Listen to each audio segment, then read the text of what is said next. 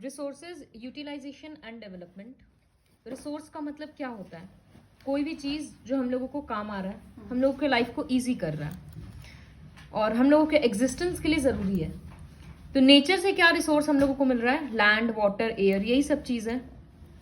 ये सब important lines हैं। जैसे यहाँ पर लिखा है, human needs and wants are neither uniform in all parts of the world not static over the years.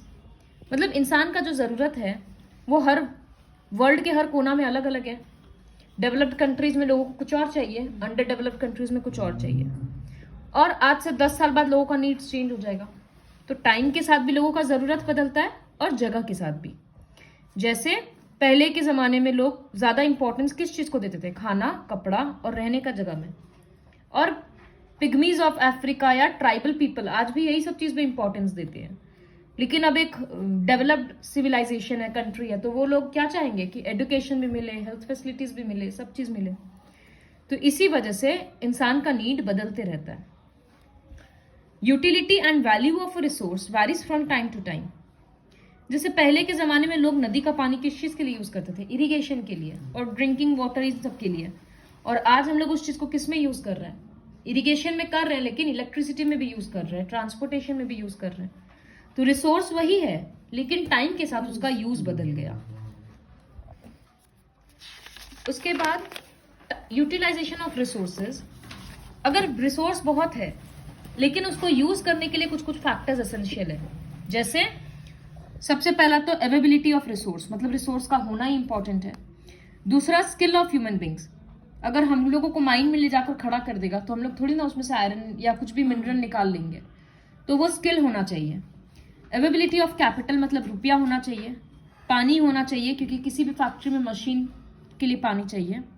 और एडवांसमेंट ऑफ टेक्नोलॉजी, वो टेक्नोलॉजी इतना डेवलप्ड होना चाहिए कि उस रिसोर्स को यूज़ करे। दूसरा ट्रांसपोर्ट और कम्युनिकेशन फैसिलिटीज होना चाहिए। बुक नीचे रखो Yashansh. In the initial stages of economic development resource का होना बहुत ज़्यादा इंपॉर्टेंट है। लेकिन जैसे यहाँ दो कंट्री है, एक यूएसए है। यूएसए में रिसोर्सेज ज़्यादा नहीं है, लेकिन वहाँ पर कैपिटल ज़्यादा है, रुपया ज़्यादा है, और वहाँ पर लेबर ज़्यादा है, स्किल्ड लेबर। तो कम रिसोर्सेज होने के बाद भी वो एक डेवलप्ड कंट्री है।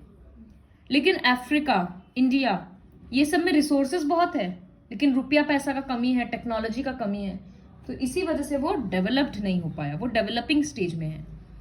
तो इससे समझ में आ रहा है कि सिर्फ रिसोर्स होने से कुछ नहीं होता है, ओवरऑल सब चीज़ होना ज़रूरी है। Classification of resource, flow chart बाद में कराएंगे। तो पहले हम फर्स्ट कैटेगरी में आते हैं, क्लासिफिकेशन बेस्ड ऑन रिन्यूएबिलिटी। बहुत सिंपल है, रिसोर्स अगर बार बार यूज़ कर सकते हैं, मतलब ख़त्म ही नहीं होगा, जैसे सोलर एनर्जी, विंड एनर्जी, तो वो इनएग्जॉस्टिबल में आता है, जिसको हम लोग अपने भाषा में रिन्यूएबल भी बोलते हैं। और जो रिसोर्स यूज़ करने के बाद ख़त्म हो जाएगा वो होता है एग्जॉस्टिबल रिसोर्स और non renewable. Example fossil fuels, तो वही कैटेगरी है। तो नॉन एग्जॉस्टिबल रिसोर्सेज को सोच समझ के यूज़ करना पड़ेगा, क्योंकि आने वाला फ्यूचर के लिए भी थोड़ा बचाना है। Classification based on origin, biotic है या एबायोटिक है, मतलब अगर वो लिविंग रिसोर्स है तो बायोटिक है, जैसे बर्ड्स, एनिमल्स, फिश, ये सब। और अगर वो डेड कंपोनेंट है, नॉन लिविंग है, तो abiotic resource, land, water, minerals. Classification based on occurrence, nature से मिल रहा है तो नेचुरल रिसोर्स है, और अगर ह्यूमन मेड है तो मैन मेड रिसोर्स है। जैसे बिल्डिंग को नॉन मैन मेड बोला गया है, क्योंकि इंसान बना रहा है। इस तरह से मशीन्स, बिल्डिंग्स, ये सब कुछ मैन मेड रिसोर्सेज में है।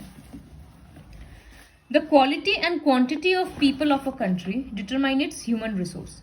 ह्यूमन को रिसोर्स माना जाता है, ह्यूमन बींग्स को, क्योंकि रिसोर्स वही है ना जो लाइफ के लिए इंपॉर्टेंट है, उससे फायदा हो रहा है। तो ह्यूमन बींग्स भी तो वही है, क्योंकि ह्यूमन बींग्स है तभी रिसोर्स का यूज हो रहा है, तभी टेक्नोलॉजी डेवलप हो रहा है, रुपया पैसा आ रहा है। तो एक कंट्री का पॉपुलेशन कितना है और वो पॉपुलेशन में कितने पढ़े लिखे लोग हैं, कितने हेल्दी लोग हैं, उन पर डिपेंड करता है कि पॉपुलेशन कंट्री एडवांस्ड होगा कि नहीं। जैसे जापान में वर्ल्ड वार में बॉम्ब गिरने के बाद बहुत डिस्ट्रक्शन हुआ, लेकिन जिस सिटी में बॉम्ब गिरा आज वो सिटी उससे ज़्यादा ही डेवलप्ड है।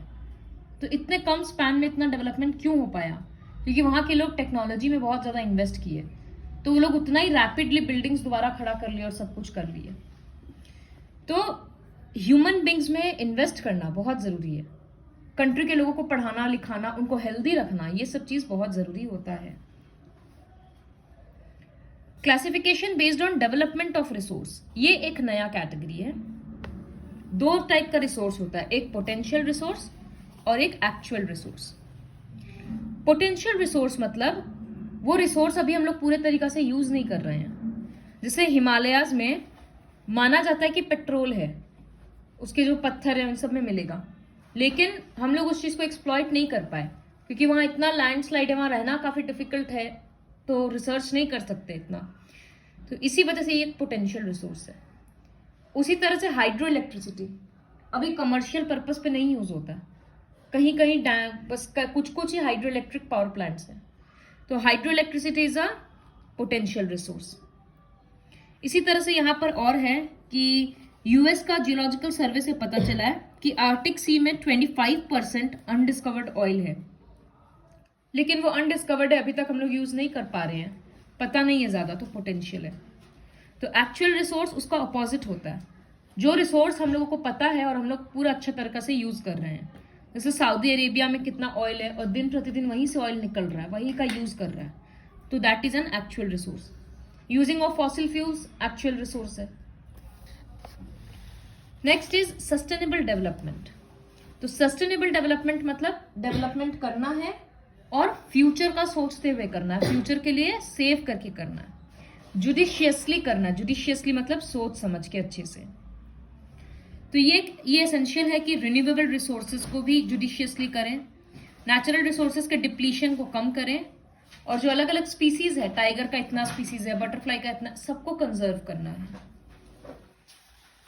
The use of resources from one country to another country vary करता है। क्यों? क्योंकि हर जगह का टेक्नोलॉजी और स्किल्ड ह्यूमन बींग्स का रिसोर्स अलग अलग है।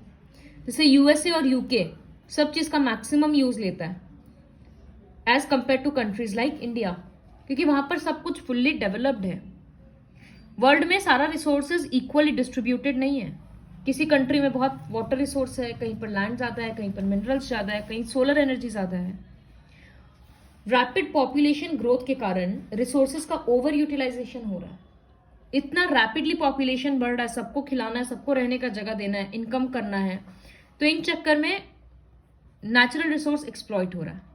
तो प्लान्ड वे में रिसोर्स को यूज करना जरूरी है ताकि आने वाला टाइम के लिए भी कुछ बच के रहे। कंजर्वेशन मतलब क्या होता है? सस्टेनेबल और ऑप्टिमम, ऑप्टिमम मतलब maximum, maximum utilization of resource. Conservation क्यों जरूरी है? ताकि हम लोग एफिशिएंटली रिसोर्स यूज करें बिना वेस्टेज के, फ्यूचर जनरेशन को सेव करते हुए और इकोलॉजी को ना डिस्टर्ब कर, बिना डिस्टर्ब किए। तो we have to create sustainable community ताकि सबको रिसोर्स मिले, रिच पुअर का डिफरेंस कम है, इक्वली सब यूज करें। We can follow 5 R's। We should actually reduce, reuse, recycle, refuse and rethink. तो पहला 3 R तो सबको पता है। रिड्यूस मतलब कम यूज करो, रीयूज मतलब बार बार करो, रिसाइकल मतलब उसको फैक्ट्री में देकर उसी से नया सामान, रिफ्यूज मतलब गलत चीज यूज करने से मना कर दो, जैसे no to plastic bags, and rethink मतलब कोई भी चीज फेंकने या खरीदने के पहले सोचो कि जरूरी है। So these are the 5 R's। तो ये जो फ्लो चार्ट था जो छोड़े थे वो देखो, रिसोर्सेज को किस तरह से क्लासिफाई किए, रिन्यूएबल है कि नहीं तो रिन्यूएबल, नॉन रिन्यूएबल, लिविंग है कि नहीं तो वो ओरिजिन के बेसिस पे बायोटिक, एबायोटिक, ऑकरेंस के बेसिस पे नेचुरल, मैनमेड, और डेवलपमेंट के बेसिस पे पोटेंशियल और एक्चुअल। सबका डेफिनेशन और सबका एग्जाम्पल लर्न करने से ही हो जाएगा।